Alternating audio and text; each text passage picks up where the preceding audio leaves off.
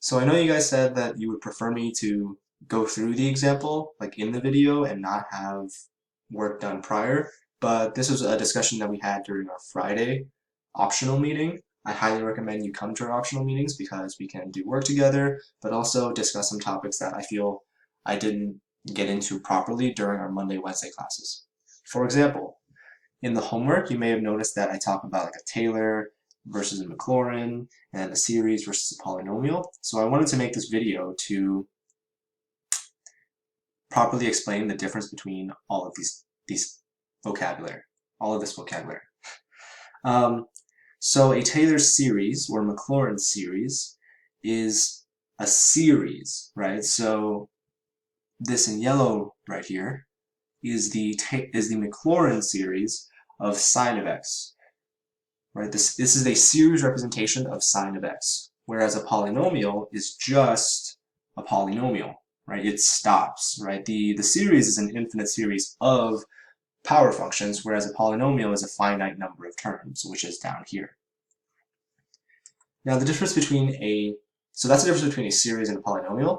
The difference between a Taylor and a Maclaurin is that, if you remember from class, if you wanted to find a term in a Taylor polynomial, we would use this equation over here, right? The nth derivative of f evaluated at some number a multiplied by x minus a to the n divided by n factorial. I forgot the factorial.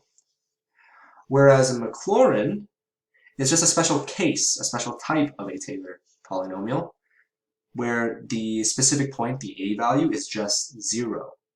So if I zoom out a little bit, notice that this a value right here is just 0, right? There's no term over here because x minus 0 to the n is just x to the n.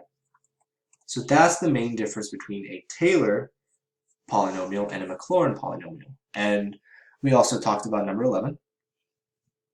So for number 11, it asks for a Maclaurin polynomial, right? Remember, so b in this case, or the a in the expression for the formula for finding the terms in a Taylor polynomial, in this case it's just 0.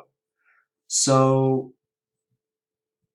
when we're given like what h of 0 is equal to, what h prime of 0 is equal to, we can substitute those values directly into our formula for a Maclaurin polynomial. But the tricky part of this problem was that when n was greater than or equal to 2, there was a special formula for evaluating the nth derivative of h evaluated at 0. But when n is greater than or equal to 2, we can just substitute those values of n into our formula.